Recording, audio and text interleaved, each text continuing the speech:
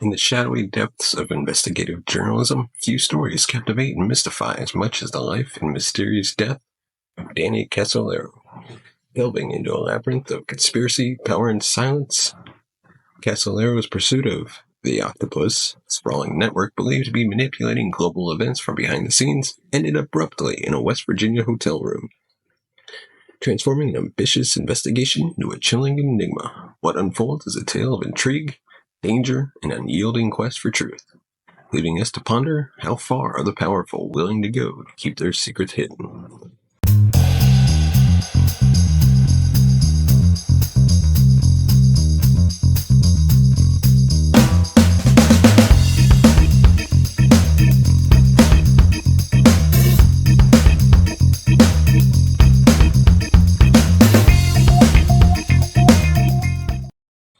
Danny Casolaro's journey into the world of investigative journalism was as intriguing as the mysteries he would later pursue. Born on June 16, 1947, in Fairfax, Virginia, into an Italian-American family, Danny was the middle child, surrounded by a loving family who cherished education and the pursuit of truth. His father was a doctor, a profession that imbued the young Casolaro with a sense of duty towards serving the public interest, a principle that would later define his career. From an early age, Danny exhibited an insatiable curiosity and a knack for storytelling. He was an avid reader, delving into a wide array of subjects, from classic literature to contemporary political analysis. This eclectic taste helped shape his worldview, making him keenly aware of the complexities and nuances of society. His education further honed his analytical skills, with Danny attending local schools where he was known for his sharp intellect and articulate expression. After completing high school, Casolaro pursued higher education. The specifics about his college years are less documented. What is clear, however, is that these years were formative for Danny, exposing him to new ideas and people from diverse backgrounds. It was during this period that he began to nurture a deep-seated interest in investigative journalism. Inspired by the likes of Woodward and Bernstein, whose reporting on the Watergate scandal in the early 70s had a profound impact on him.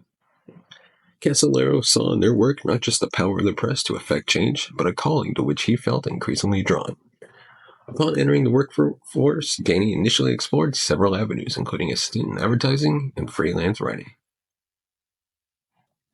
These roles, while not directly related to investigative journalism, were instrumental in sharpening his writing skills and understanding of the media landscape.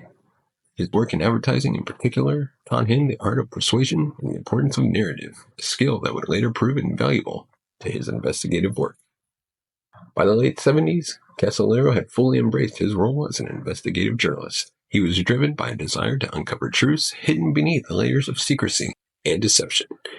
His early work covered a range of topics from environmental issues to political corruption, showcasing his ability to dissect complex subjects and present them in a compelling, accessible manner.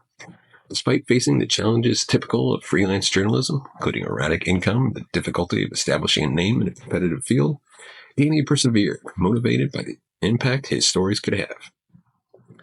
Casolaro's approach to journalism was characterized by meticulous attention to detail and a relentless pursuit of leads. He spent countless hours researching, interviewing, and sifting through public records.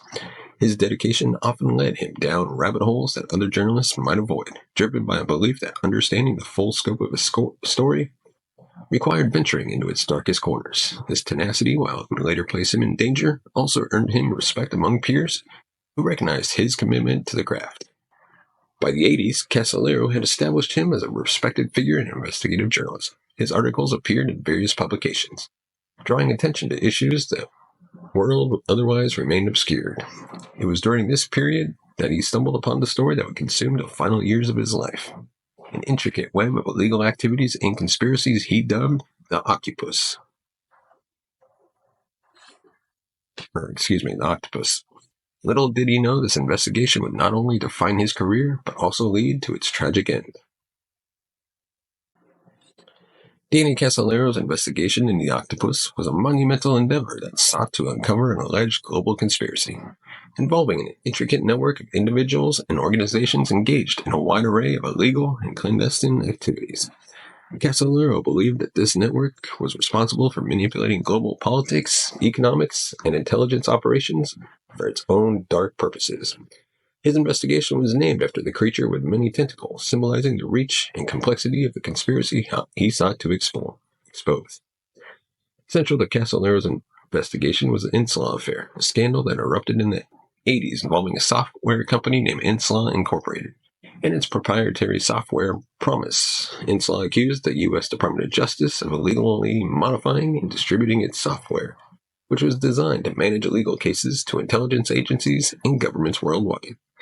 Casolaro believed that the theft of this software was just the tip of the iceberg, serving as a gateway to understanding the broader operations of the Octopus. Promise was not just any software, it was highly advanced for its time, capable of integrating various databases while being accessible through different computer systems. This made it an invaluable tool for surveillance and data analysis, particularly appealing to intelligence agencies. Casolaro suspected that the software had been modified to include a backdoor, allowing those who knew of its existence to covertly access information from the systems where Promise was installed. This allegation pointed to a vast network of espionage that reached beyond U.S. borders, implicating intelligence communities worldwide in a scheme to monitor and manipulate information. As Casolaro delved deeper into his investigation, he uncovered connections to several other scandals and controversial events of the time, including the Iran-Contra affair, the Bank of Credit and Commerce International scandal, and allegations of illegal arms trading and money laundering. He believed that these events were not isolated incidents, but rather interconnected components of a single overarching conspiracy orchestrated by the Octopus. Casolaro's research led him to a diverse cast of characters, including government officials, intelligence agents, scientists, and criminals, all of whom he believed were somehow involved in or had knowledge of the conspiracy. He conducted countless interviews, sifted through public records, and followed leads across the United States and abroad. His notes and documents reportedly contained evidence of collusion and corruption at the highest levels of government and business. Despite the complexity and danger associated with his investigation, Casolaro was undeterred. He was convinced that he was on the verge of exposing a story that would redefine the public's understanding of global affairs. He described his findings as a story that involves computer software, nuclear secrets, and international espionage, and claimed that it would crack the whole New World Order. In the weeks leading up to his death, Casolaro told friends and family that he had received threatening phone calls and experienced other forms of harassment. He also mentioned that he was planning to meet a key source who would provide him crucial evidence that would solidify his case against the Octopus. This meeting was supposed to take place in Martinsburg, West Virginia, where he ultimately met his tragic end. Danny Casolaro's investigation into the Octopus remains one of the most intriguing and mysterious chapters in the annals of investigative journalism. The depth and breadth of his research, the dangers he faced, and the unanswered questions surrounding his death left a lasting legacy, prompting others to continue exploring the shadows in which the Octopus allegedly operates. The final days of Danny Casolaro's life were shrouded in mystery and fraught with ominous undertones, culminating in his tragic and controversial death in August 1991. Excuse me. Casolaro, fully engrossed in his investigation into the Octopus, a complex network he believed was responsible for a series of illegal activities spanning the globe, informed his family and close associates of a significant breakthrough. He was convinced that he was on the cusp of exposing a scandal that would reverberate through the halls of power in the U.S. and beyond. In early August 1991, Casolaro relayed to his family that he planned to travel to Martinsburg, West Virginia, to meet with a source who purportedly held the final piece of the puzzle needed to complete his investigation. This source, Casolaro hoped, would provide the irrefutable evidence required to expose the sprawling conspiracy of the Octopus. His enthusiasm was palpable. He believed he was about to unveil a story that would not only vindicate his months of relentless investigation, but also have profound implications for the public's understanding of government and corporate collusion. However, Casolaro's optimism was tinged with a sense of foreboding. In the weeks leading up to his trip, he had expressed concerns about his safety and to friends and family. He mentioned receiving threatening messages and warned of the potential dangers he faced due to the sensitive nature of his investigation. Despite these warnings, Casolaro was undeterred, driven by a deep-seated conviction in the importance of his work. He felt that risks were outweighed by the potential impact of his findings. This resolve led him to check into the Sheraton Hotel in Martinsburg on August 9th, 1991, a decision that would precede his untimely death. The circumstances of Casolaro's final hours remain a subject of speculation and intrigue. According to hotel staff and records, Casolaro was last seen alive on the evening of August 9th. He spent the night at the hotel, presumably in preparation for his crucial meeting the following day. However, the identity of the source he was supposed to meet, and whether this meeting ever took place, remains unclear. What is known is that on the afternoon of August 10th, Casolaro was found dead in his hotel room's bathtub, with multiple deep slashes on his wrist. The scene was quickly classified as a suicide, but this conclusion sparked immediate controversy and skepticism.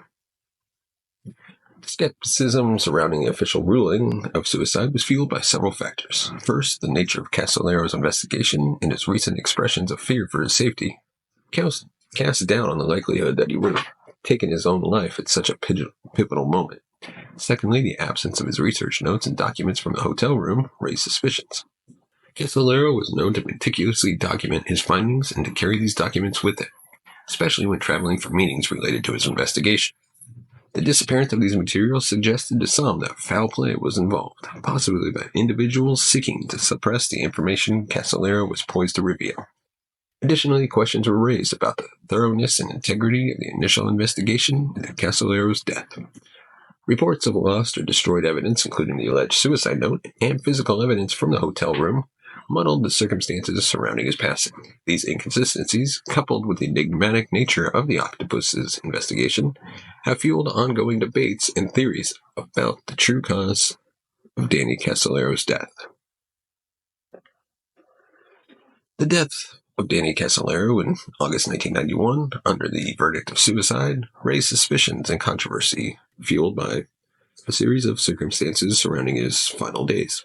These elements collectively cast a shadow over the investigation's conclusions, leading many to speculate that Casolaro's death was not self-inflicted, but rather the result of foul play connected to his investigation into the Octopus. One of the most glaring red flags was the disappearance of Casolaro's research materials. Danny had spent over a year compiling extensive documentation, notes, and evidence related to his investigation. These materials were known to be in his possession during his trip to Martinsburg, yet they were conspicuously absent from his hotel room following his death. The missing documents were central to Casolaro's work, and their disappearance suggested to many that someone had a vested interest in ensuring this information never saw the light of day.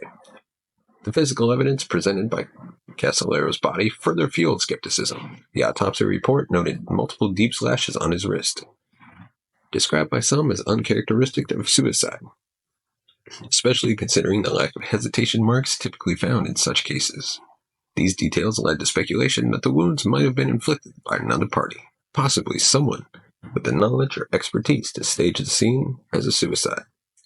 In the weeks leading up to his death, Casolaro had confided in friends and family about receiving threatening phone calls and experiencing harassment, which he believed was related to his investigation.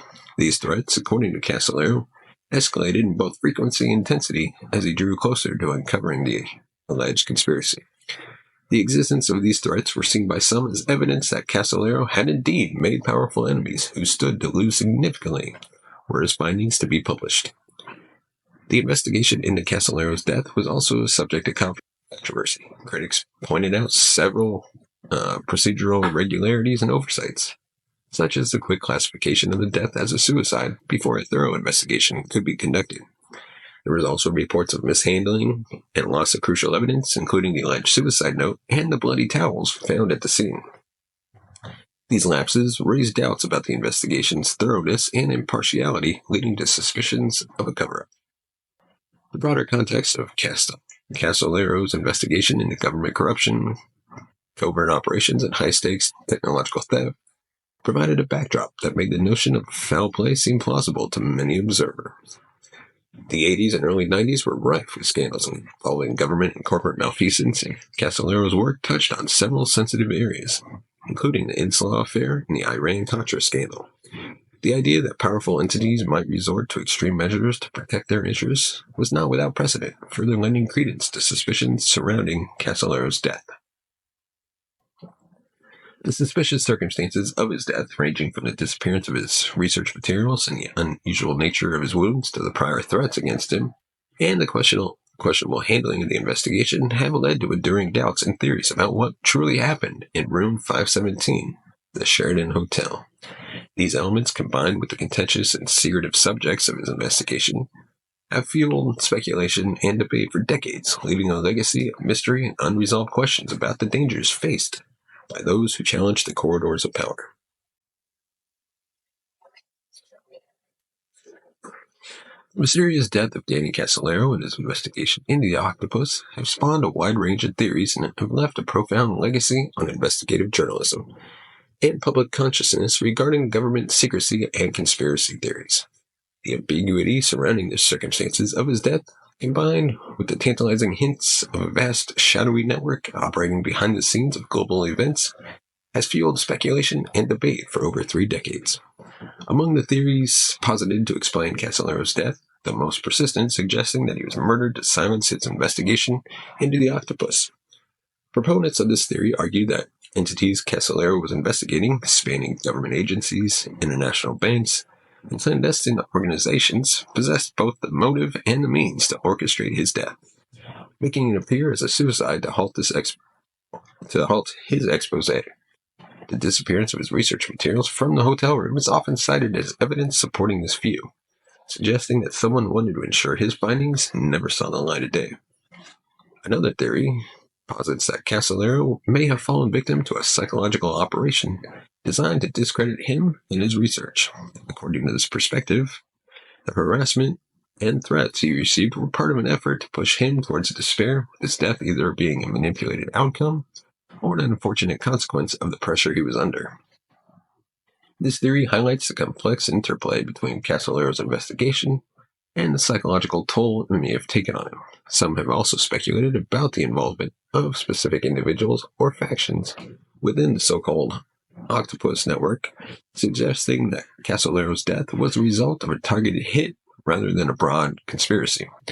These theories often point to the intricate web of connections that Casolaro had uncovered, suggesting that he may have gotten too close to sensitive information that certain parties could not afford to be revealed. Regardless of the true circumstances of his death, Casolaro's investigation into the Octopus left an indelible mark on the field of investigative journalism and the public's perception of government and corporate secrecy. His work highlighted the potential dangers faced by journalists delving into the murky waters of national security, organized crime, and high-level corruption, underscoring the vital role of the press in holding powerful entities accountable. Casolaro's story has inspired a new generation of investigative journalists and researchers who continue to explore the themes and connections he unearthed. The idea of the octopus as a metaphor for the interconnected shadowy networks influencing global affairs has permeated popular culture and discourse, serving as a cautionary tale about the depths of corruption and the lengths to which some will go to protect their interests. Furthermore, the controversy surrounding his death has contributed to a broader skepticism towards official narratives and a heightened awareness of the potential for abuse of power within government and corporate sectors. It has fueled ongoing debates about transparency, accountability, and the public's right to know, encouraging a more critical and questioning approach to understanding world events. Let us know your thoughts on this topic in the comment section below. What do you think really happened? Do you think he committed suicide? Or is there a massive cover-up being involved? Let us know. And of course, before we go, I'd like to remind you, hit that subscribe button, leave a thumbs up if you like our video, leave a comment in the comment section below, and of course, if you want to support the channel, you can buy us a coffee at buymeacoffee.com/TCNS. And you can call into the show at 682-305-0483. Leave us a voicemail, and you can be featured on the next episode of the True Crime Never Sleeps podcast. As always, thank you so much for watching and listening. We'll see you next time.